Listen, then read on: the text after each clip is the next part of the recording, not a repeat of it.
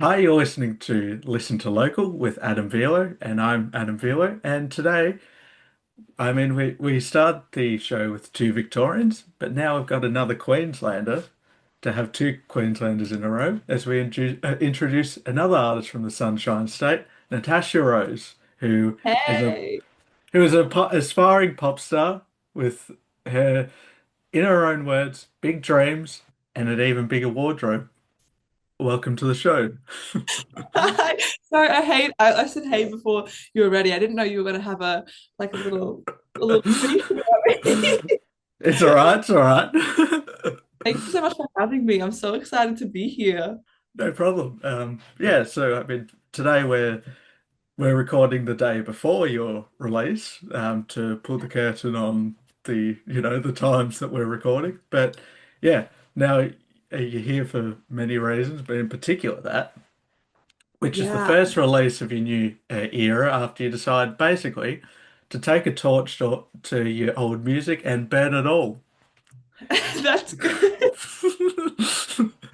Yeah, Yeah. it was a bit of a controversial decision, and I've had a lot of people messaging me being like, "Hey, where's the old music?" But it had been so long Yeah. since I had released anything, and I really do just feel like a completely different person, a completely new artist. Like the visions are just so misaligned that I wanted to come out swinging with a new vibe and kind of like reintroduce myself as an artist.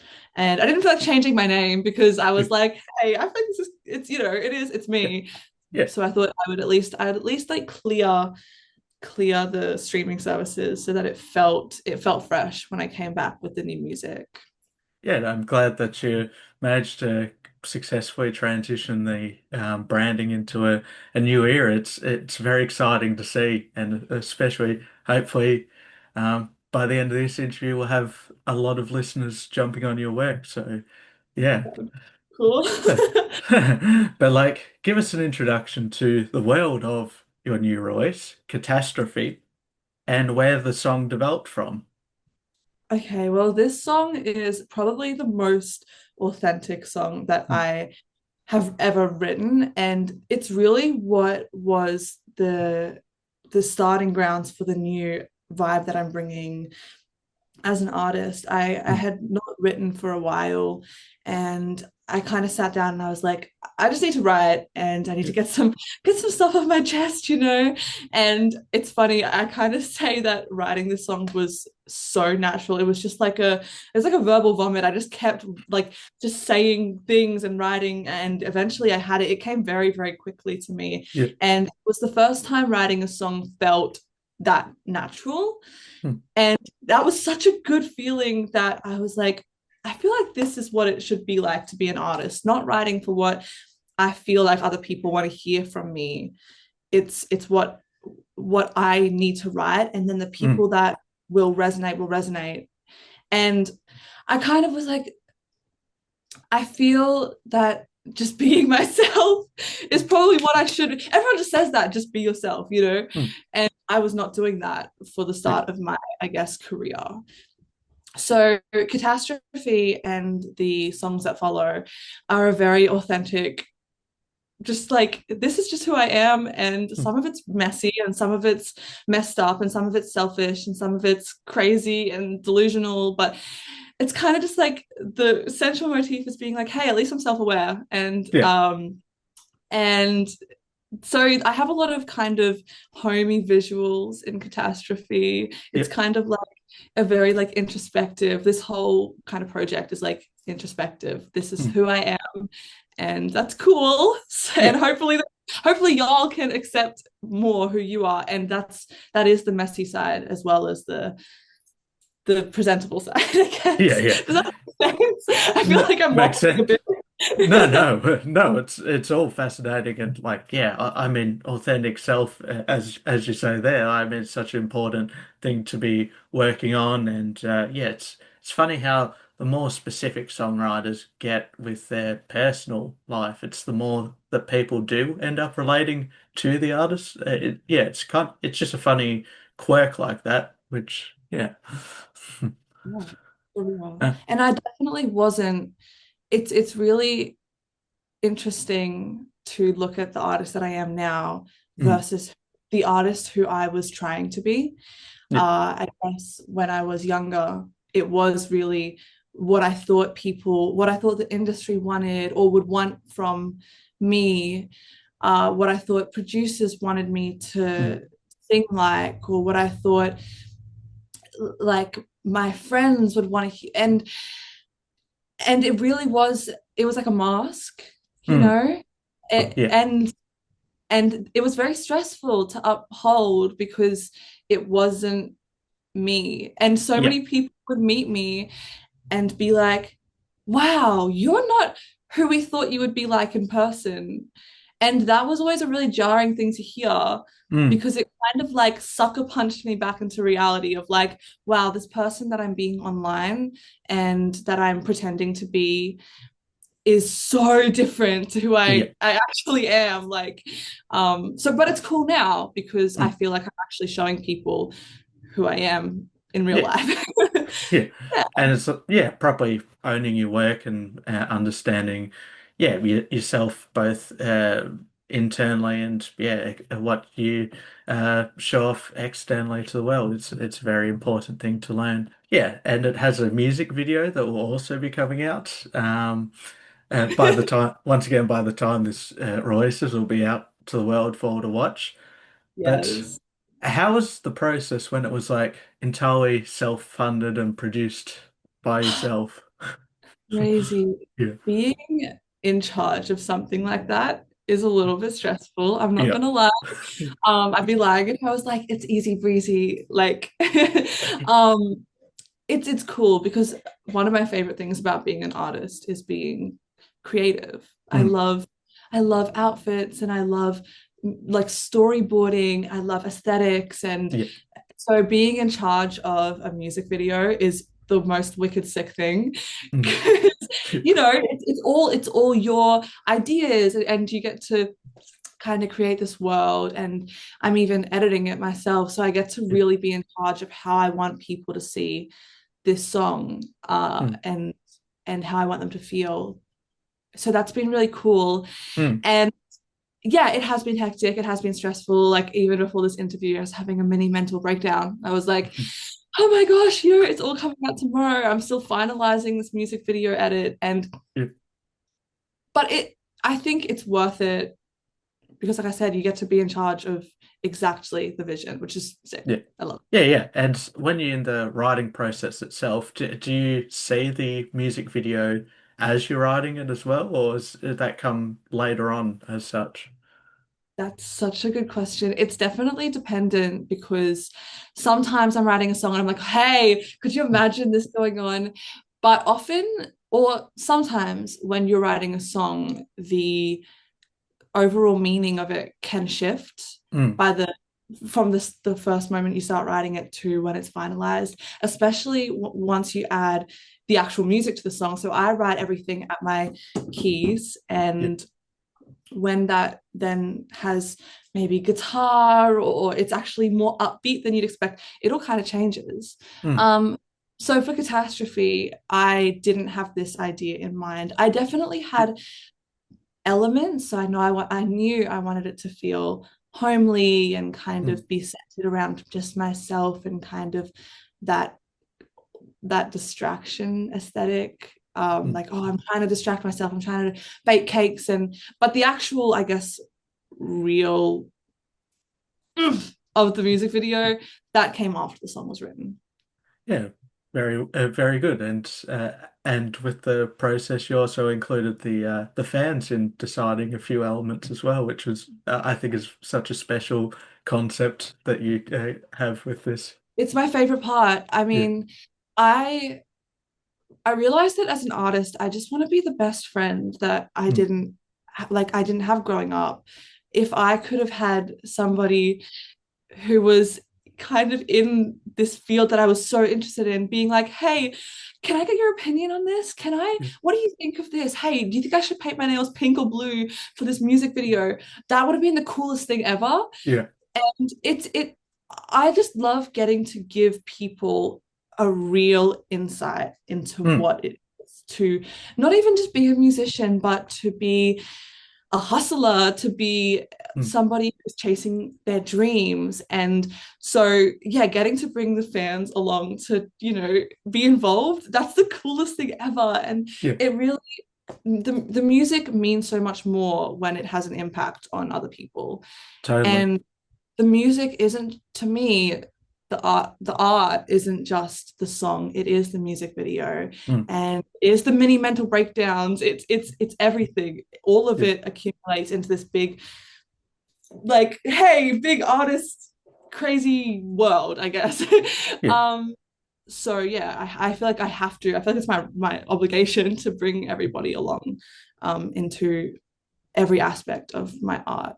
yeah. So yeah. And it's just world building. It's yeah, bringing people, making the like the barrier of entry just much lower, being able to yeah, get inside the head of a creative like yourself. It's very impressive, but at the same time, it's also not really a unique experience having run the successful series of Diary of an Aspiring Pop Star on YouTube, which takes a look behind the curtain of being an independent artist and growing your audience, as you mentioned earlier. Who do you hope you inspire from this? For me, like, I just want to be able to inspire the next generation Mm, of dreamers, you know? yeah, If I can just have one person go, hey, it all seems a little bit less scary now, or mm, the way I'm feeling isn't invalid. yeah, If I can have one person think that, then I feel like I've done my job. mm, Do you know? And I guess I haven't had somebody to tell me it's not wrong to be feeling upset about this, or like, I feel like I'm quite an emotional person. I really do feel everything, which is great for mm, being a musician and being an of artist. course. We Yeah. can all go into music. But I mean, I feel like often people are like, hey, you're not supposed to let people know that you feel that way. You have to come Mm, out and be like, I've got this all sorted, and I'm doing great. Thank you so much.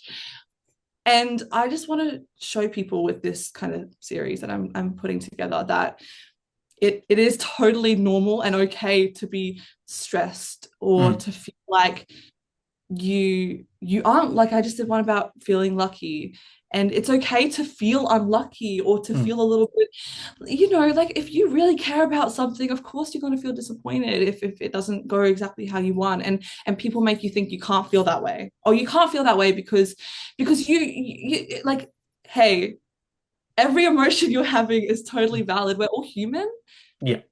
and doing something like this or whatever dream anyone's chasing, it's all you're only experiencing it for the first time. Mm, And hopefully me showing y'all how I'm experiencing it makes you feel less alone when you're yeah. experiencing it.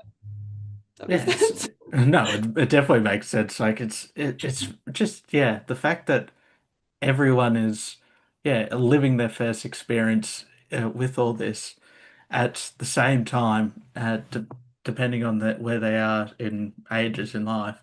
It's just yeah, it's something that really yeah tickles the brain just thinking about that and how yeah some people out there as sort of empaths helping people out through the tough times. It's such an important skill to have, in my opinion. And as referenced in your introduction, you have your interest in fashion too, where op shops are your favorite places to commonly find you, of course.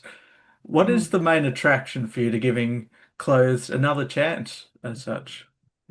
Well, first of all, the op shops, like, shout out, y'all, if you want to Yeah. get good clothes, go to the op shops, because I think we have such like a culture of fast fashion now and of Mm, trend. And don't get me wrong, trends are super cool, and it's normal for there to be trends. There's always been trends that are followed. But I think the way that we go through them so quickly, I feel like it's kind of killed personal style a little bit. mm, yeah. And especially, I mean, in Australia, we have like these these stores and they all pump out the same kind of fashion, especially Yeah. in the shopping centers. Mm. Obviously, there's always going to be sustainable brands and really cool brands that make their own and have their own identity. But especially when you go into like a Westfield, you know, Mm. it's all fast. A lot of it is fast fashion, Yeah. and a lot of it is the trends. When you head to the op shops, you don't know what you're going to find. You have to Yeah. look for what you like. Mm. And that's for me been really cool because I've really got to like nail what I love in fashion, which currently is like blues, pinks, patterns, and Yeah. animal prints. And you get to really be finding things that not everyone's going to be having at that exact moment. Of course, this stuff has obviously been pre-owned. Yeah. So I love that, but I'm also really big into the sustainable side of it. You get to Yeah. build a wardrobe that is um, getting a second life rather than Mm. ending up in landfill or in the tip. Yeah. And also, it's fun. It's like a Yeah. treasure hunt. You get to go through. You're like looking through the racks, and you're Yeah. like you find this like piece, and you're like, hey, that's so Yeah. cool. I don't know. It's a really fun experience for me. And the worst part though is when people are like, I love that. Where did you get it? And you're like, I'm so sorry, but it's the op shops, and I have like it's no tag or Yeah. it's like 10 years old. I'm sorry. No, it's a very important part of your brand, and I think that's such a great thing to have you kind of stand out from the rest of the pack. I think that's one of your unique identifiers, which is um, Yeah, so cool. yeah, I'd like a lot of people as well. Like, it's not even just like I do definitely go in store up shopping a lot because, like I mm, said, I love looking through racks and like yeah, finding those like perfect pieces. But there's so many ways that you can give clothes a second life. It mm, can even be taking something that you own and altering it. I can't sew for the life of me. I wish I could, yeah, but I mean, anyone out there has incredible sewing skills. You can take an old piece and you can create something new with it. You can look on vintage websites is another great way to be uh, looking for clothes that are pre-owned and giving them a second life. And mm, yeah, obviously the op shops. It's so cool. I love yeah, I love it because you're literally, isn't it cool to think you're wearing something that someone else has worn? You know, yeah. it's had its own experiences and now you're getting to like wear that. And it's I don't know, I think it's fire. It's really Yeah, cool. it is. It definitely has like it does add to that authenticity from the fact that it's not just come from a factory and wherever, but like it's lived its own life and now Absolutely. getting more of a life afterwards. Um, Hey, yeah, exactly. so that's been the first episode of Listen to Fashion. I could talk about it all day. Yeah. Stop me, please. No, no. But yeah, of course, it is a music podcast, so I am going to segue back to music for a second. But I do really appreciate the chat, of course. Um, but you've performed on many stages in your emerging career, from the Ekka to the Jamboree, each straight to the Australian Idol stage. Do you feel a pressure to adapt to each stage you perform on, or do you go in with an authenticity to yourself that your music's strong enough to win over a crowd? it I mean, you've listed a lot of stages that I played at different points in my career. So Mm, Australian Idol was definitely in that phase where I was kind of lying to myself as to who I was as an artist. mm, And so yeah, I was taking what I thought people wanted for that stage. But when you kind of come into the Eat Street, the mm, Jamboree, that's when I kind of started really thinking about who I was as an artist and wanting to bring that to the stage. So I definitely was a lot more authentic with those performances. mm, I do think it is really important to adapt your performance per stage because audiences are obviously going to vary, mm, and different stage sizes demand a different performance. of I course. don't think that they demand a different energy because I Mm, think you should play every stage like it's to a stadium of 100,000. yeah, I've played to like gigs of like 50 people and you should still be bringing the same energy to that as to 10,000 at Jamboree. yeah, but obviously the performance may vary a little bit if you have more time, or yeah, if you have a younger audience versus an older audience, you may play to them a little differently, especially when it comes to speaking to the audience. Mm. But yeah, I think at the core of it, I do try to take the same energy, and obviously my songs are the same. But Yeah, yeah, when you talk about your audiences, I remember at the Jamboree you played up to this thing at the start where you brought out this prop map and pretended to not see the crowd behind you. That was it's yeah, experiences like that which I find very unique and yeah, adds a charm to each performance.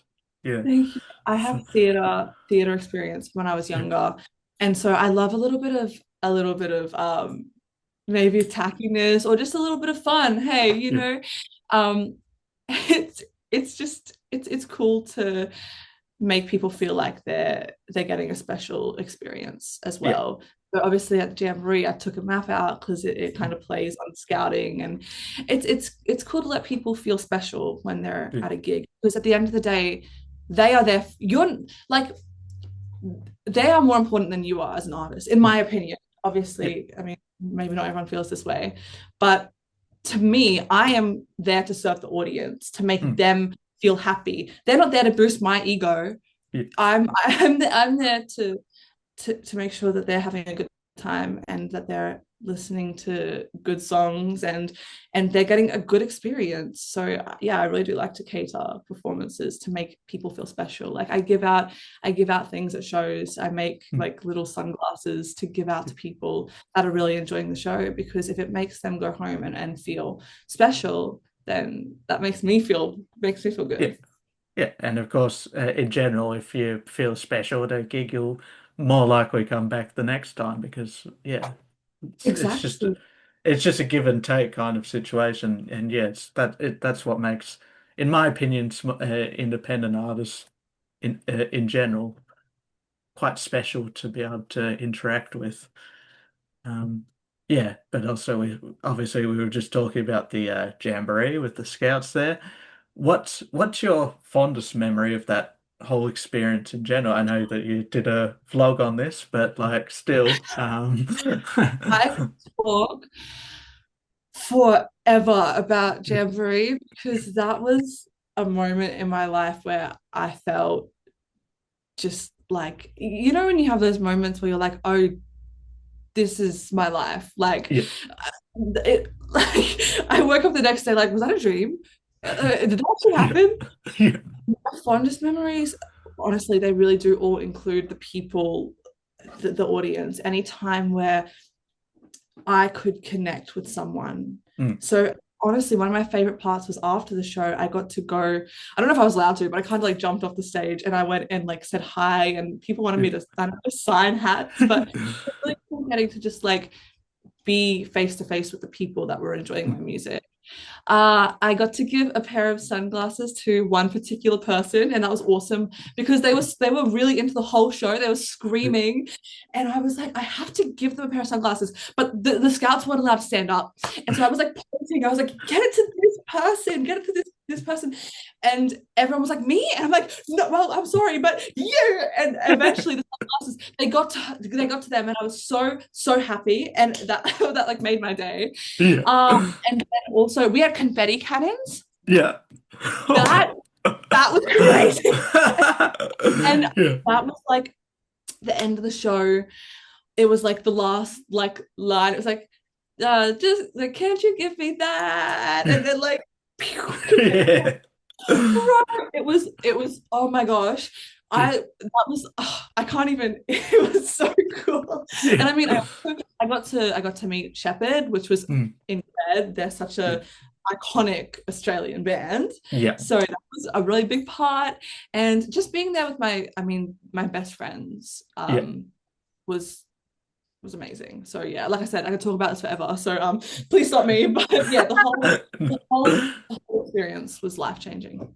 No, love that for sure. Yeah, it only takes one opportunity for an artist to yeah to be able to flourish, and I feel like that was that one for you. But yes, we're obviously conducting this interview on the hottest 100 deadline day. So my question to you is, what are some of your favorite Aussie tracks? Which, yeah. Oh, ask me that. I could also talk about this for ages. Well, listen, oh, this is hard. Okay. I'm really into Mia Ray. Okay. Love So Mia. Yeah. anything by Mia Ray, I had to submit a few of her songs. I also am really currently into a lot of like my friends. I can't okay, I've got to be. So there's Of someone course. called there's an artist. She's my friend. Her name's Faith. Yeah. Um, Faith K Ruse. I'm pretty sure it's Kay. No, let me let me tell you exactly who this is because I think you should get onto her music. All right. Kayroz. Yep. Faith K Ruse. She has some of the most beautiful music I've heard. Yeah. Um, and she's got a song coming out as well called Johnny, and I've Yeah. had the pleasure of hearing this live. Uh, so I love that song. Yeah. Um, but yeah, there's just so many incredible Aussie artists. Mm. There's an artist called Salty. I love her music. Yeah. Yeah. Uh, she's got an EP out. I love the girls, okay? I do. Yeah. I love the girls. Don't get me wrong, there are plenty of incredible male artists as well. And bands, Yeah. duo. Do you Yeah. know the Yeah. duo? Of course. Yeah. Yeah. Please. Yeah. Oh, I can Yeah. talk about this forever. And then obviously we have our big iconic artists, Yeah. G Flip and Yeah. Yeah. yeah, I could talk forever. Yeah. I Let me ask mean, you, who was your top song pick? What was your top song pick? yeah, it was kind of funny. Like in the end, I picked the artist because I couldn't like pick a number one as such. Like one of my favorite songs is actually by another smaller artist called Darcy Spiller. She's an incredible voice, incredible talent. So that was one of my top. But like, yeah, I did go Mia, I did go Greta Ray, um. I went, yeah, lime cordial, all those. Yeah, it's kind of a mixture across. And then I tried to also throw in, iconic ones like In Excess, Yeah. Missy Higgins, of course. Yeah. So I tried to spread it across, yeah, all the different music styles we have in Australia, which is fantastic. Um, Yeah. but yeah, normally in interviews like this, there's normally a question that's something like, who are your dream dinner guests or something? We're not doing that here. In the theme of catastrophe, and answer this however you feel fits, either physical or metaphorical. There's a plane to another city. No, another country. A one-way Yeah. boarding pass. Who are you giving that to? Who am I giving it to? If I Who could give or what? a one-way ticket, someone that, ooh.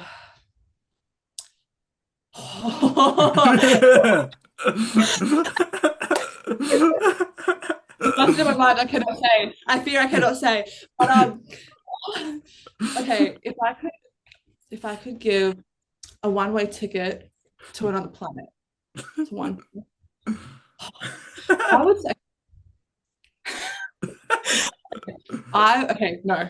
I'm gonna go more metaphorical. I'm gonna say people who judge people Yeah, who get excited over things. You know when yeah, people are like, oh, that's weird that you're like so excited about that. Bro, people get excited. I love the girls yeah, and the guys and the gays who have big emotions. If you're yeah, excited, jump up and down and squeal and scream and dance in circles. yeah, yeah. If anyone wants to judge on people for being happy and excited, have this ticket and leave. The one Leave the boarding country. pass, gone. Goodbye. Bye. Goodbye. Thank you. Yeah, yeah. It's such a strange thing that people try and gatekeep other people's joy, which is yeah, Crazy. yeah, Crazy. yeah, Yeah.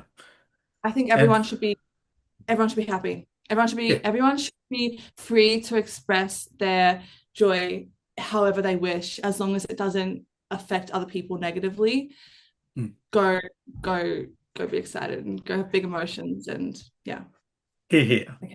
and yeah, for people that listening to this interview and want to check out your work. I mean, obviously you got the Diary of the Aspiring Pop Star um, vlog series, and yeah, otherwise, what other social platforms can we look at?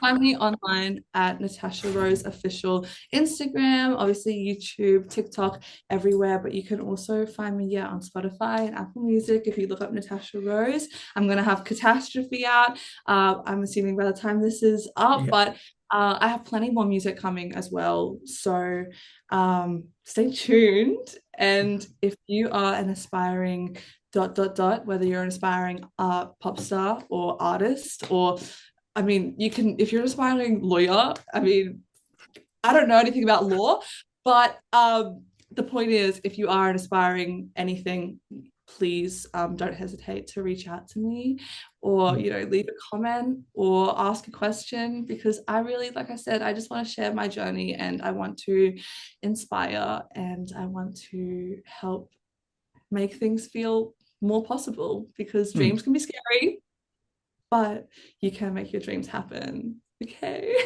Yeah, and honestly, I advocate for everything you say there, and I highly suggest you all check out Natasha's work because it's all fantastic. Um, and Thank you. hopefully, one time, the next time you're in Melbourne, maybe another boys' trip, I'd like to see you perform live.